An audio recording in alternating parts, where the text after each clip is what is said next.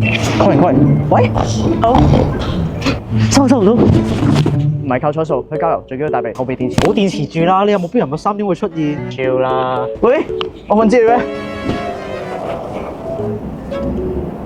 Sorry，點解你哋會攞咗份資料㗎？其實我哋喺未來嚟拯救你㗎，未來嘅你已經死咗啦。我死咗？邊個殺我啊？簡單啲嚟講咧，就有人整咗你條 deepfake 片，跟住你頂唔順網絡就自殺死咗。咁點算啊？我哋而家一齊去改寫個結局佢啊嘛。我哋嘅目標係呢4個兇手，佢哋4個都曾經喺網上發布相應嘅言論。嗱，而家我哋咧就可以透過佢 IP 地址啦，咁揾到佢住所位置，再翻返去佢 send comment 前嘅一刻阻止佢。大家好，歡迎翻嚟我嘅 channel。今日我哋嚟講下當紅女明星竟然係朱生出嚟嘅。哇，我覺得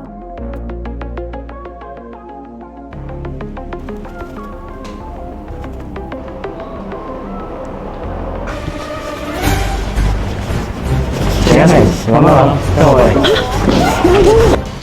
喂，點解上網講埋啲咁嘅嘢啊？我都係諗住誇張件事，等多啲人睇我啫嘛。我都唔知會傷害到佢。而家 AI 咁發達，我都諗住整嚟玩下啫。睇嚟佢哋好似全部都唔係兇手喎。嗱，唔係嘅，佢哋每個人都做咗啲嘢，先至令到件事咁樣啫嘛。你哋知唔知自己今日點喺度？其實你哋之前上網講嘅嘢已經深深咁傷害咗個人。而家正正係俾你意識到，你做嘢唔驚咁錯。唔好講咁多啦，玩咗佢。